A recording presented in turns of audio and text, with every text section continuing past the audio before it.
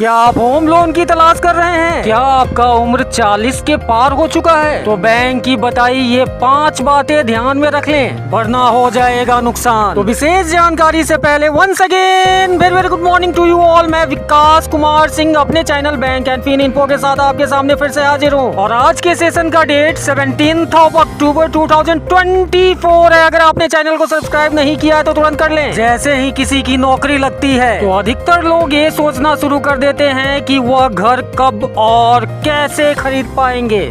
यह कहा गया है घर बनाना लोगों का एक सपना होता है। लोग अपनी पूरी जिंदगी में घर एक बार ही बना पाते हैं और कुछ लोग तो किराए के मकान में ही अपनी जिंदगी बिता देते हैं। लेकिन कुछ लोग इस सपने को साकार करने के लिए अपने इनकम के बढ़ने का इंतजार करते हैं और इसी में उनका उम्र 35 से 40 साल का हो जाता है। जिंदगी के इस स्टेज पर आकर घर लेना आसान नहीं होता, क्योंकि 60 साल की उम्र में रिटायर होने तक घर की EMI भी चुकानी पड़ती है। अगर आप भी ऐसे लोगों में से हैं जिनकी उम्र 35 से 40 साल के करीब हो चुकी है और आप घर लेना या बनाना चाहते हैं तो आपको इन 5 बातों का ध्यान रखना जरूरी है। नंबर 1, लोन चुकाने की अवधि अधिकतम रखें। आमतौर पर होम लोन प्रोवाइडर्स 20-30 की उम्र में होम लोन लेने वाले के लिए अधिकतम 30 साल की अवधि देते हैं। वहीं 40 साल की उम्र में 60 साल की रिटायरमेंट उम्र को ध्यान में रखते हुए कम अवधि के होम लोन ही मिलते हैं। ऐसे में कोशिश करें कि होम लोन चुकाने की अवधि को अधिकतम रखी जाए ताकि आपकी EMI चुकाने में दिक्कत न हो। नंबर 2,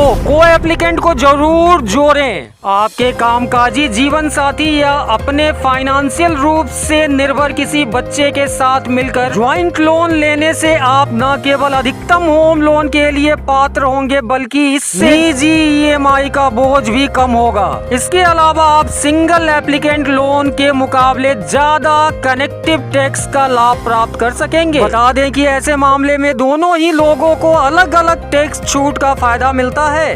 नंबर 3 पे डाउन पेमेंट ज्यादा रखें। आप बड़ा डाउन पेमेंट करके अपने होम लोन के रीपेमेंट के बोझ को कम कर सकते हैं। इससे न केवल EMI छोटी हो जाएगी बल्कि ब्याज भी कम चुकाना होगा।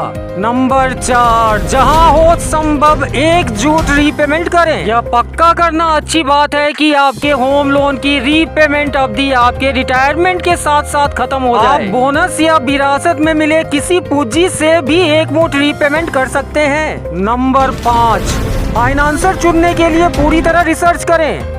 बहुत सारे होम लोन प्रोवाइडर हैं, उनमें से उपयुक्त चुनने के लिए पूरा आकलन करना जरूरी है। उपयुक्त लेंडर चुनने के लिए आपको केवल ब्याज दर ही नहीं बल्कि कई पैरामीटर पर विचार करना जरूरी है। तो सभी पैरामीटर को चुन के ही आप सही लेंडर का चुनाव कर सकते हैं।